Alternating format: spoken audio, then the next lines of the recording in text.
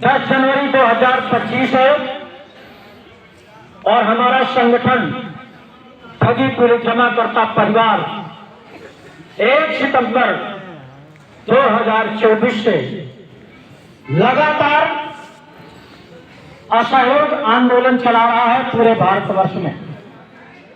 उसी तर्ज पर आपके इस उत्तर प्रदेश के फतेहपुर जनपद में 1 सितंबर से निरंतर आंदोलन चल रहा है। सबसे पहले मैं चाहूंगा आंदोलनकारियों के लिए बहुत बहुत बधाई और उनका जोरदार तालियों से स्वागत करिए। जोरदार तालियों से ताली बजती है। 1 सितंबर तक एक दिन तक ताली बजती रहे ताकि आंदोलनकारियों के अंदर साहस बने, हिम्मत बने, आपका भुगतान करा करके आप तक पहुंचाने। धन्यवाद। इसी तरह आज के इस कार्यक्रम के अध्यक्ष हमारे बड़े भाई परम आदरणीय इस संगठन के प्रदेश सचिव श्री रामदेव सिंह परिहार जी, इस जिले के जिलाध्यक्ष बहुत ही साहसी कर्मठ अमृतलाल जी, हमारे राष्ट्रीय सचिव व पूर्व जिलाध्यक्ष इस संगठन के कर्णधार राकेश कुमार साहू जी, राष्ट्रीय सचिव हमारे बहुत ही कर्मठ साथी हैं, पूरा समय देते हैं लेकिन शरीर से थोड़ा सा कमजोर है। आगे आ जाने हमारे राम शरण दास जी, इनके सबके लिए जोरदार तालियों से स्वागत करिए। और आज एक शख्स ऐसा आपके बीच में है जिसने इस आंदोलन की चिंगारी से एक ऐसी मिसाल जगाई है। इस तरह की गर्मी में, कड़ाके की ठंडी में और बीच में देखा हो कड़ी बरसात में भी आंदोलन को खत्म नहीं होने दिया। वो हमारे आपके बीच में है। मेरे बगल में आ जाए। अवधेश कुमार विश्वकर्मा जी कहाँ पर है? ये मफलर डाले बैठे हुए हैं। ये बहादुर साथी है। ये बारिश में भी आंदोलन खत्म होने नहीं दिया है। इस कड़ाके की ठंड में भी आंदोलन बराबर चला रहे हैं। इनके लिए मैं चाहता हूँ पुनः एक बार जोरदार तालियों से स्वागत करें। आप सबके भुगतान के लिए जब ऐसे बहादुर साथी रात दिन अपना तन मन धन से लगे हुए हैं तो भुगतान होना चाहिए कि नहीं होना चाहिए? होना चाहिए। होना चाहिए। होना चाहिए। लेकिन अगर भुगतान में कोई बाधा बने तो उसका भी सत्यानाश करने के लिए आपका सहयोग होना चाहिए कि नहीं होना चाहिए? होना चाहिए। नहीं होना चाहिए। पीछे से आवाजें नहीं आ रही। कहीं जल्दी खत्म करो, घर पहुंची। गेहूं सींचना है, खाद डालनी है। इतना बताने के बाद भी हमारे एजेंट साथियों का खून नहीं खोलता है। अगर जिसने इस फतेहपुर जनपद के एजेंट साथियों का खून खोल जाएगा, मैं फतेहपुर जनपद की ही बात नहीं करता, पूरे भारतवर्ष के निवेशकों का भुगतान केंद्र सरकार को अभिनंदन शुरू करना पड़ेगा। और जो भुगतान केवल एजेंट साथियों की मुट्ठी पे है, जिसलिए मन बना लेंगे कि आज हमको इस तारीख में नहर कॉलोनी परिसर में पूरे फतेहपुर जनपद के जन सैलाब के साथ इकट्ठा हो जाना है। डीएम क्या है? आपका प्रदेश का मुख्यमंत्री आपके सामने खड़ा दिखाई देगा, आपका भुगतान करेगा। जी जी। तो ताकत आपकी होनी चाहिए। अब मैं प्रक्रिया बता दूं आज के कार्यक्रम की। आज का जो कार्यक्रम है, आज के करीब 20-25 दिन पहले से घोषणा की गई थी और उसमें आपने देखा होगा इस आंदोलन के माध्यम से, संगठन के माध्यम से फतेहपुर कलेक्ट्रेट कार्यालय में भुगतान पटल की स्थापना हुई। उसमें भुगतान के दावे जमा हो रहे हैं। जमा हो रहे हैं कि नहीं जमा हो रहे हैं? कितने लोगों ने जमा किया? जमा किया? किस कार्यालय में जमा होना है? ये मैं प्रमाणिक बात बता रहा हूं। अभी जो एजेंट साथियों के दिमाग में कंफ्यूजन घुसा हुआ है उसको बता रहा हूं। कहां फार्म जमा हो रहा है? कलेक्ट्रेट कार्यालय में, जिलाधिकारी के कार्यालय में जमा हो रहा है। जिलाधिकारी से बड़ा कोई कार्यालय होता है क्या जिले में? नहीं हो रहा ना। अब क्यों वहां जमा हो रहा है? किसके दम पर जमा हो रहा है? भारत सरकार द्वारा बनाया गया कानून वक्फ एक्ट 2019, जिसको अनियमित जमा योजनाएं पाबंदी अधिनियम 2019 कहते हैं, आपके सबके मोबाइल में है। वक्फ एक्ट 2019 सर्च करिए, पूरा कानून आपकी नजरों पे आ जाएगा।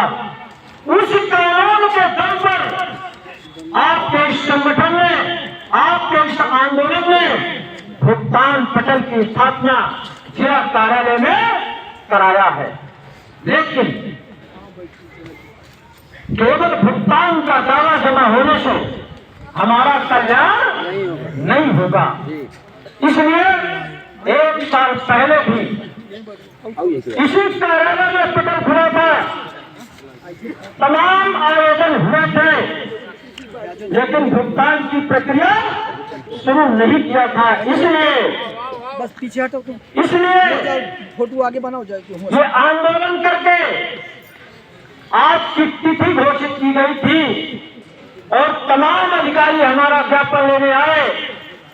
बहुत बार हमारा संघर्ष हुआ, चौराहा भी जाम किया, पुलिस अधिकारियों से नोक झोंक भी हुई हमारी, कई अधिकारियों से नोक हुई, कई बार हुआ, इस प्रांगण में भी हुआ, लेकिन हमारे भुगतान की प्रक्रिया नहीं शुरू हुई थी। हमारी मांग थी कि इस कानून के तहत जो भुगतान का अधिकारी नियुक्त है वो है जिला अधिकारी जिले। कौन है? जिला अधिकारी जिले। इसलिए संगठन में बैठ करके तय किया था कि अब हमको कोई अधिकारी मंजूर नहीं है बिना जिलाधिकारी के। लिखित रूप में आज से 1 हफ्ते पहले जिलाधिकारी महोदय को आमंत्रित किया गया था, और ज्यादा हो गया होगा। 27 तारीख को उनको आमंत्रित लेकर भेजा गया लिखित रूप में, और भाई साहब भी भेजा गया, पुलिस अधीक्षक को भी भेजा गया, आमंत्रण हमारा वहां स्वीकार भी हो गया। इसके बाद रिमाइंडर भी हमने भेजा, यानी दोबारा याद दिलाया कि आपका कार्यक्रम 10 जनवरी को नहर कॉलोनी परिसर में है, उसमें सादर आमंत्रित हैं। उसको भी स्वीकार किया गया, लेकिन हमको समय नहीं बताया गया। अभी आपने देखा होगा, मैं 2 मिनट के लिए गया था देखने कि क्या प्रक्रिया है, क्या वहां का लोकेशन है, इसीलिए गया था देखने। लेकिन समय क्या हो रहा है? 1:20 हो गया, अभी लोकेशन नहीं मिलने ही वाली है। जिलाधिकारी को आमंत्रण किसने किया था? उन्हीं के कार्यालय में कानून के तहत पटल खुला है, दावे जमा हो रहे हैं और भुगतान की प्रक्रिया नहीं शुरू की गई है। ये सवाल करना था जिलाधिकारी महोदय, इसलिए उनको आमंत्रित किया गया था। लेकिन हो सकता है उनके पास अगर जवाब नहीं होगा तो हो सकता है ना भी आए, हो सकता है ना भी आए। लेकिन हमने कह रखा था कि हमारे जेल के 10 लाख पीड़ित हैं, लाखों में इकट्ठा हो जाएंगे। लेकिन क्या यहाँ लाखों में है? उनके अधिकारी यहाँ पर खड़े हैं आपके बीच में, अपना भेष बदले हुए, जिनको कहते हैं खुफिया विभाग। वो यहाँ की सारी रिपोर्ट सुबह से शाम तक वहाँ देते रहते हैं, सुबह से शाम तक रिपोर्ट देते रहते हैं। अब ये बहादुरी आपकी है कि कितने इकट्ठा हुए हैं, ये बहादुरी एजेंट साथियों की है, मर्दानगी उनकी है। कितने इकट्ठा हुए हैं, कितने लोग भुगतान चाहते हैं, और अधिकारी हो, सरकार हो, वो दबाव किसका मानती है? जन भर का मानती है। इन्हीं के साथ में, जिला अधिकारी महोदय के साथ में, हमने जिले के पुलिस अधीक्षक महोदय को भी आमंत्रित किया था। क्यों? आप देख रहे होंगे हमारा एजेंट साथी तमाम अभद्र निवेशकों के द्वारा अपमानित किया जा रहा है। उन्हीं के माध्यम से प्रशासन के द्वारा प्रताड़ित किया जाता है। पुलिस भी उनको टार्चर करती है, जबरदस्ती थाना चौकी में लिखवाती है कि कब देगा भुगतान। उनसे 10,000, 20,000, 50,000 की पुलिस वसूली करती है। इसलिए पुलिस अधीक्षक को भी आमंत्रित किया था कि ऐसे अवैध कार्यों पर रोक लगाई जाए। एजेंट जो निर्दोष हैं, हमारे निवेशक साथी जो निर्दोष हैं, उनकी सुरक्षा व्यवस्था का कोई न कोई लिखित आदेश पारित किया जाए, इसलिए उनको भी आमंत्रित किया गया था। क्या ये गलत लगा? कितने लोग चाहते हैं कि सुरक्षा व्यवस्था का आदेश हो? चाहते तो सब हैं, लेकिन घर बैठ करके हो जाएगा? नहीं होगा। आप लोग जितने यहाँ पर उपस्थित हैं, उनसे कहीं ज्यादा उनके पास पुलिस है। उनके पास आपसे ज्यादा पुलिस है। कैसे दबाव मानेंगे आपका? ये लोकतंत्र की व्यवस्था है कि जिसकी जितनी संख्या भारी, वही पूरी उधारी उतारी। आपकी संख्या सबसे ज्यादा है, लेकिन मौके पर उपस्थित नहीं होते हैं। केवल कारण यही है भुगतान न होने का। अभी हमारी एक बहन ने बताया, एजेंट की करतूत, इसको सच करा लीजिए, ये पूरी तरह से फर्जी बांड है। मैं दावे के साथ कह सकता हूं, लिख के दे सकता हूं, पूरी तरह से फर्जी बांड है। आप ये नोट करिए, भारत सरकार ने 2019 में इस कानून का गठन किया था, और इस कानून में 2 व्यवस्थाएं हैं। कौन कौन सी?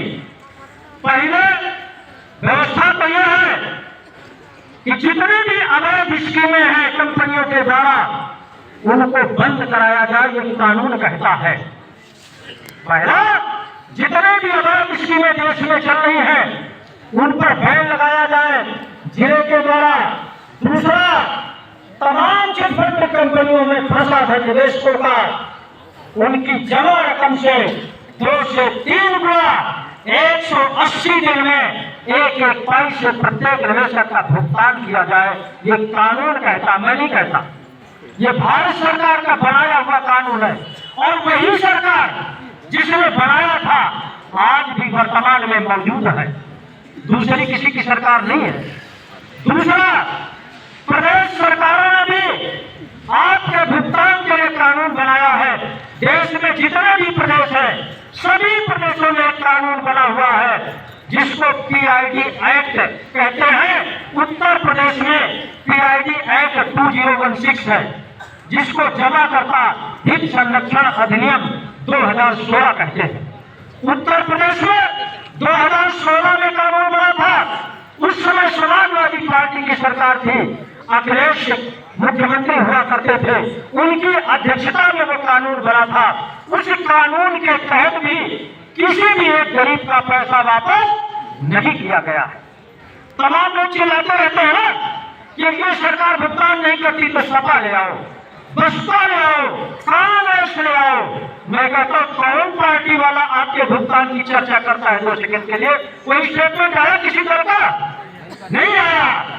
ये सभी ठगों के दलाल हैं। जितने भी राजनीतिक दल हैं, ये सब ठगों के दलाल हैं। कोई भी आपके भुगतान की बात नहीं करता।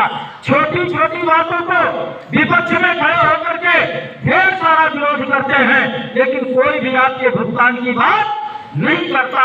तो हम किस दल पर विश्वास करें? अब तो देश में एक ही दल बचा है, वो है ठगी पीड़ित जमा करता परिवार। यही संघर्ष कर रहा है पूरे भारतवर्ष में, यही चारों तरफ से सरकारों को घेरने का काम कर रहा है, और उसका नतीजा है जिलाधिकारी कार्यालय में फटक खुल रहे हैं। कर्नाटक की सरकार ने आदेश कर दिया है कि प्रत्येक चिटफंड कंपनी में फंसे लोगों का पैसा वापस कराया जाए। पंजाब सरकार ने सर्वे कराना शुरू कर दिया है। कौन कौन सी चिटफंड कंपनियां पंजाब में काम किया है, उनमें कितना लोगों का पैसा फंसा हुआ है, उनको वापस करना है, उनका सर्वे कराना शुरू कर दिया है। यही सर्वे का काम उड़ीसा सरकार ने शुरू कर दिया है। लेकिन उत्तर प्रदेश की गूंगी बहरी सरकार, उनको छोड़िए, वो तो लखनऊ में बैठे हैं, जिनको आप लोगों ने मुहर लगा करके विधायक सांसद बना करके भेजने का काम किया है। उनको प्रत्येक विधायकों को हमने ज्ञापन दिलाया है, सांसद को ज्ञापन दिलाया है। आपके भुगतान की मांग कोई भी विधायक वहां विधानसभा में उठाने का काम नहीं किया है। इतना तो छोड़िए, आज 132वां दिन है, इस प्रांगण में आंदोलन चलते हुए कोई भी फतेहपुर जंग का विधायक, किसी भी विधानसभा का कोई विधायक आपके बीच में आपकी पीड़ा सुनने नहीं आया है। आपके जनपद के सांसद महोदय, जिस उम्मीद से लोगों ने बनाया था इस शादी की किसी की नहीं सुन रही, इनको बनाओ ये सुनेंगे, वो भी सुन के चले गए। उनको भी 1 मिनट का समय नहीं मिला। ये आपको याद दिलाता हूं क्योंकि आपके चहेते विधायक हैं, आपके चहेते सांसद हैं। दंगल का उद्घाटन करने चले जाएंगे, मेला का उद्घाटन करने चले जाएंगे, जंगल स्टोर का फीता काटने चले जाएंगे, लेकिन आपकी पीड़ा सुनने का समय उनके पास नहीं है। ये आपको भी याद रखना है। उस समय जब चुनाव आता है, किस तरह गले मिलते हैं, ऐसा लगता है कि बहुत पुराने समझे आज मिले हैं। क्यों? आपको भी याद रखना है, जब समय आए तो उनको भी बताइएगा। आपके भुगतान की मांग कोई नहीं उठा रहा, अगर कोई उठा रहा है तो ये आपके मंचासीन साथी जो बैठे हैं, आपका जो ये संगठन ठगी पीड़ी जमा करता परिवार है, वो उठा रहा है। बाकी देश में आपके भुगतान की कोई चर्चा करने वाला नहीं है। मैं एजेंट बंधुओं से निवेदन करना चाहता हूँ, आपको कहीं डरने की आवश्यकता नहीं है। पुलिस प्रशासन परेशान करे, आप संगठन से बताइए, लेकिन आपको भी संगठन के साथ रहना होगा। मैं दावे के साथ कहता हूँ, चाहे चौकी वाला कोई पकड़ ले जाए, चाहे थाने वाला ले जाए, चाहे पुलिस अधीक्षक तो आपको पकड़ करके ले आए, ये संगठन में वो दम है, आपको वहां से पकड़ करके ले आएंगे। किसी अधिकारी में हिम्मत नहीं कि आपको बैठा, ये कानूनी व्यवस्था है। पीछे आपसे अगर कोई जबरन वसूली की बात करता है, आपसे जबरदस्ती पैसे की मांग करता है, तो उसके लिए भारत सरकार ने कानून बना रखा है। लेकिन आपको भी ईमानदारी का परिचय देना है, आपको भी ईमानदारी का परिचय देना है। इस कानून के तहत अपने निवेशकों का आवेदन जिला कलेक्ट्रेट में कराना होगा, और जो आवेदन करेगा उसी का भुगतान पहले होगा। जो आवेदन करेगा उसी का भुगतान पहले होगा। क्यों? आज नहीं तो कल यह आंदोलन पूरे भारतवर्ष में चल रहा है, फतेहपुर में भी चल रहा है। एक न एक दिन सरकार को शुरू करना पड़ेगा, और सरकार उन्हीं में पहले विचार करेगी जो उनके पास फार्म जमा होंगे, किसी के घर में वो लेने नहीं जाएंगे। तो जमा करना जरूरी है कि नहीं, बताइए।